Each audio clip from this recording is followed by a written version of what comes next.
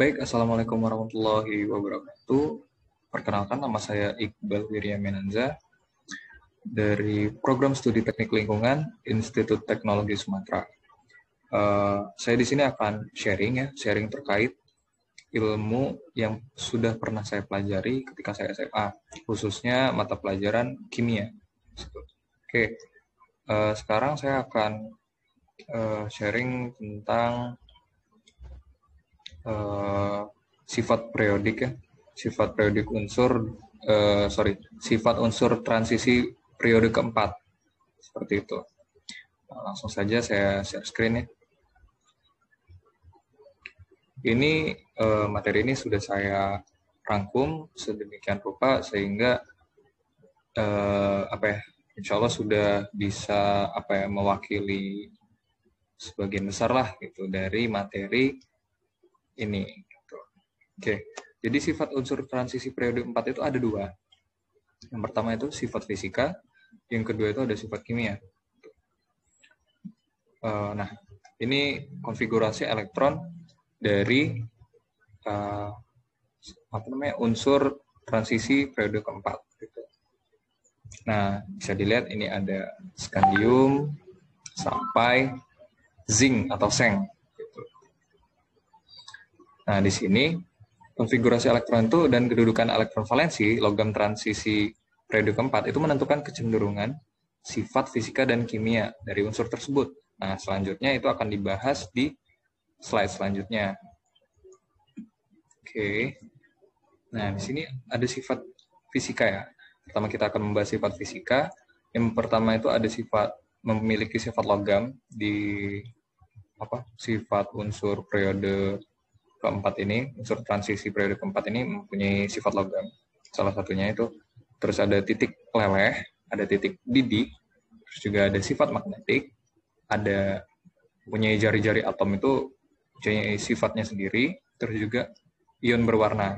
Nah, ini bisa teman-teman lihat di sifat fisis ini yang terangkum oleh tabel berikut.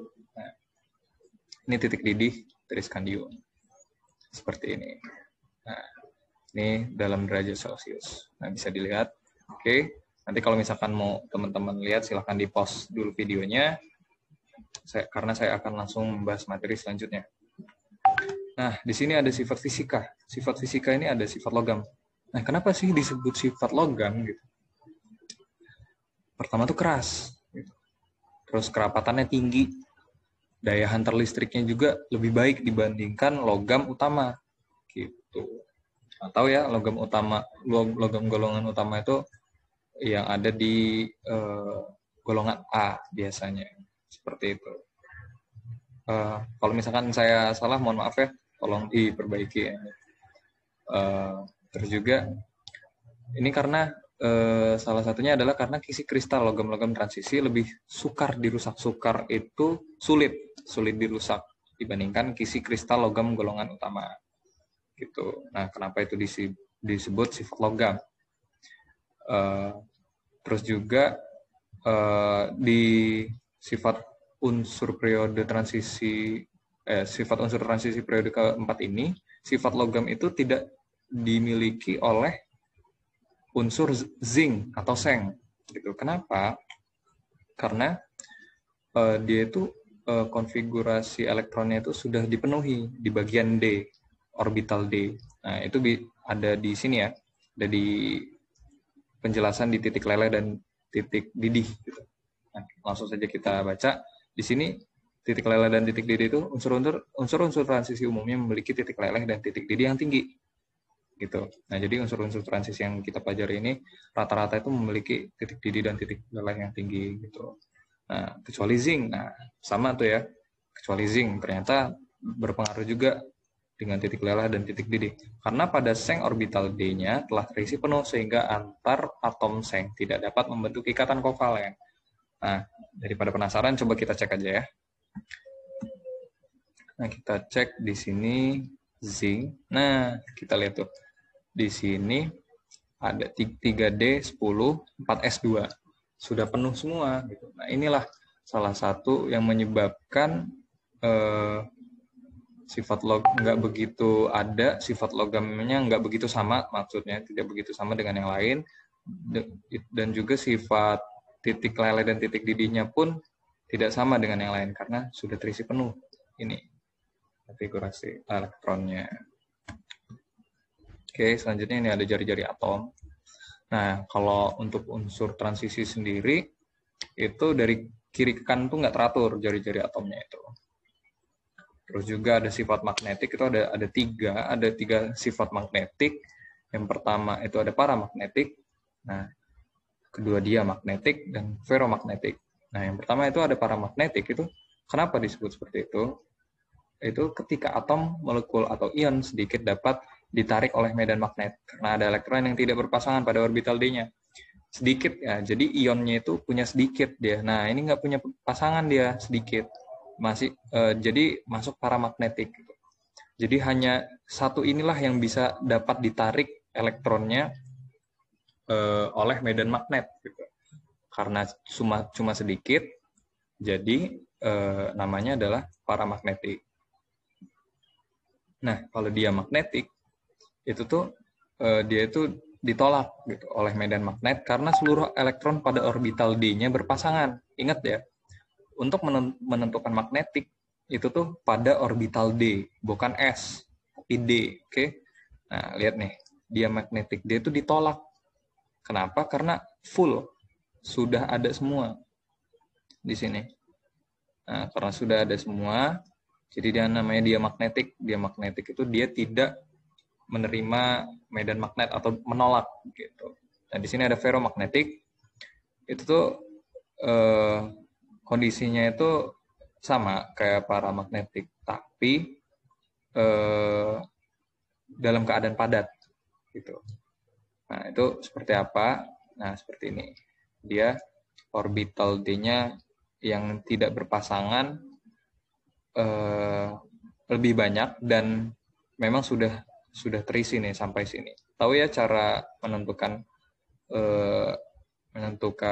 cara ngisi konfigurasi elektron. Nah, nanti mungkin sebelumnya nanti sudah diajarkan oleh guru-guru kalian semua. Oke, teman-teman. Selanjutnya ada ion berwarna. Nah, pada golongan transisi, subkulit 3D yang belum terisi penuh menyebabkan elektron pada subkulit itu menyerap energi cahaya.